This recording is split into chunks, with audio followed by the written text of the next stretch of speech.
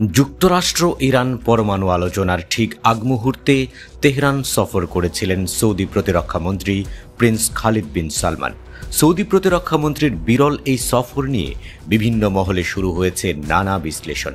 আঞ্চলিক কূটনীতি ও নিরাপত্তার দিক থেকে ব্যাপক তাৎপর্য বহন করছে এই সফর। ইরানি গণমাধ্যম ও বিশ্লেষকদের মতে এই সফর যুক্তরাষ্ট্রসহ আন্তর্জাতিক মহলের প্রতি একটি স্পষ্ট বার্তা।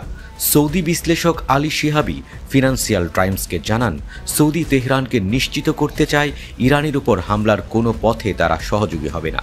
সৌদি শান্তিপূর্ণ সমাধান চায়, যুদ্ধ নয়।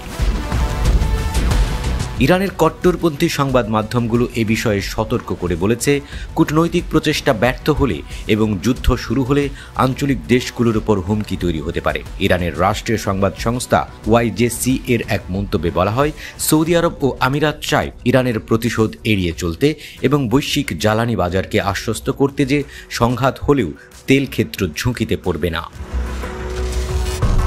মার্কিন সাংবাদিক লরা রোজেন এক টুইটে জানান, প্রেসিডেন্ট ট্রাম্প যখন সৌদি সফর করবেন তখন সৌদির মধ্যস্থতায় যুক্তরাষ্ট্র ইরান বৈঠক আয়োজন করার প্রস্তাব দিয়েছিল সৌদি, যদিও তা এখনই সম্ভব নয়। সংস্কারপন্থী দৈনিক শার্ক জানিয়েছেন, ইউক্রেন শান্তি আলোচনার মতো এবার সৌদি আরব হয়তো ইরান যুক্তরাষ্ট্র সংলাপে কূটনৈতিক ভূমিকা নিতে আগ্রহী। এর মাধ্যমে তারা আন্তর্জাতিক অঙ্গনে নিজেদের অবস্থান জোরালো করতে চায়। বিশ্লেষকদের মতে রিয়াদের অন্যতম উদ্দেশ্য ছিল হুথি বিদ্রোহীদের কার্যক্রম নিয়ন্ত্রণে তেহরানের সহযোগিতা চাওয়া। সম্প্রতি যুক্তরাষ্ট্র যেসব হামলা চালিয়েছে তাতে হুথিদের প্রতিক্রিয়া নিয়ে সৌদি উদ্বিগ্ন। সৌদি আরামকোতে 2019 সালের মতো ড্রোন হামলা যাতে না হয় তার নিশ্চয়তা চাইছে।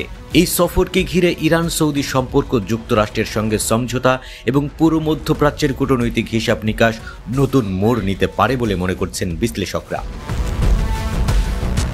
প্রিন্স খালিদ একটি 70 সদস্যের উচ্চ পর্যায়ের প্রতিনিধি দল নিয়ে ইরানে যান। সফরে দ্বিপাক্ষিক সম্পর্ক, আঞ্চলিক স্থিতিশীলতা এবং পারস্পরিক স্বার্থে সহযোগিতা নিয়ে আলোচনা হয়। 1979 সালের ইসলামী বিপ্লবের পর দ্বিতীয়বার কোনো সৌদি প্রতিরক্ষা মন্ত্রীর ইরান সফর এটি।